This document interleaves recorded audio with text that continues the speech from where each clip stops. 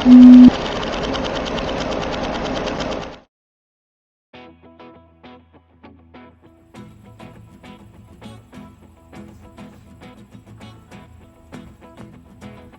guys, how's it going? Welcome back to another lesson in Greek, and I'm here in my studio, aka the Wanderer.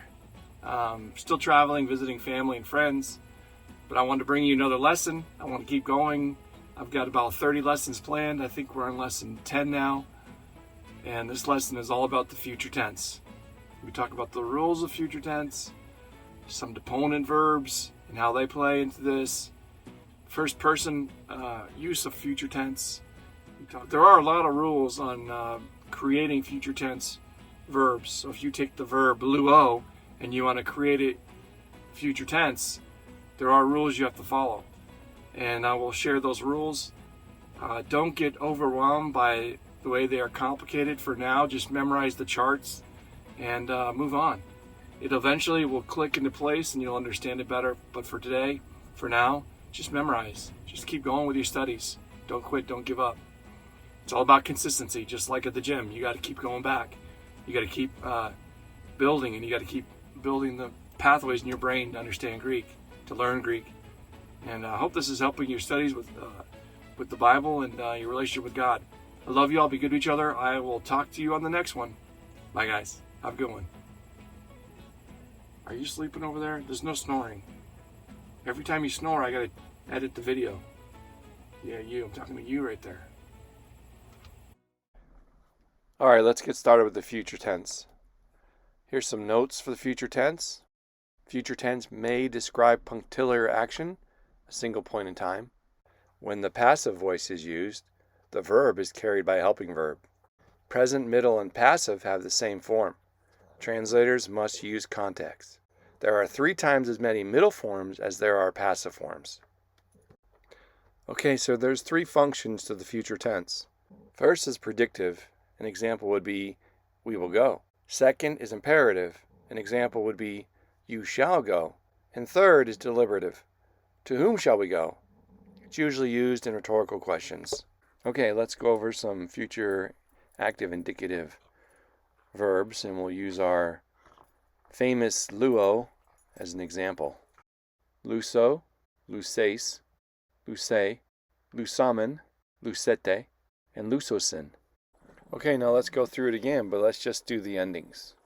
So, seis, se, somen, sete, susin.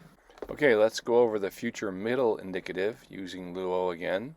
Lusomai, lusei, lusetai, lusamatha, luseste, lusantai. And let's go over the future middle indicative again, but we'll just do the endings.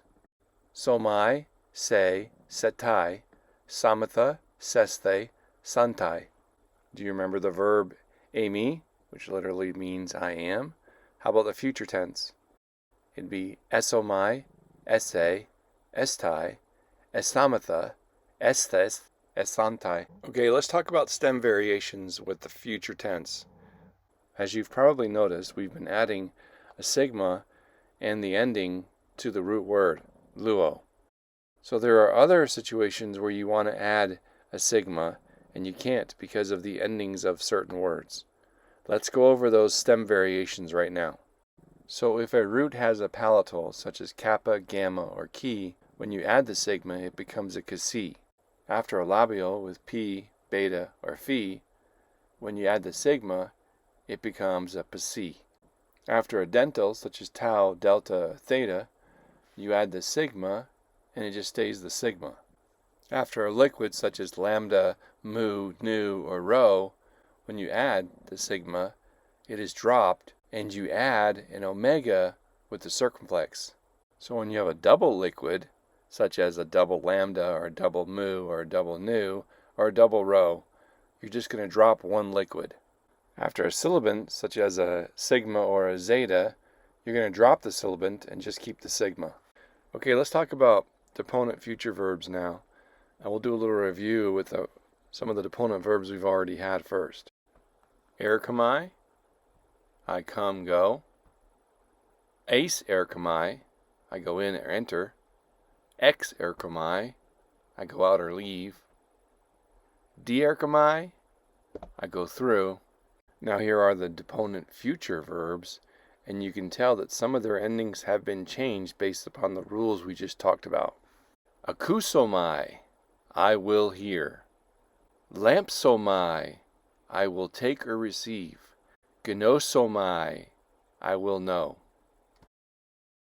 And of course there are always exceptions to the rules or words that don't want to follow the rules, such as erchomai becomes elusomai, which means I will come or go, and gnosko, which becomes gnosomai, which is I will know.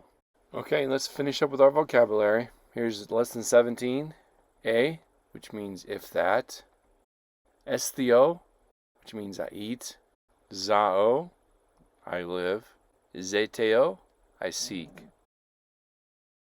A, or either.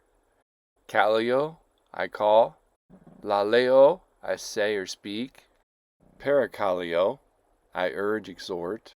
Plerao, I complete or fill. Poieo, I do or make. Genao, I beget. Daikai usane, righteousness. En, if or when. Urene, peace. Oida, I know. Oikia, house. Orao, I see. Peripateo, I walk or live. Pus, how. Phobeomai, I fear.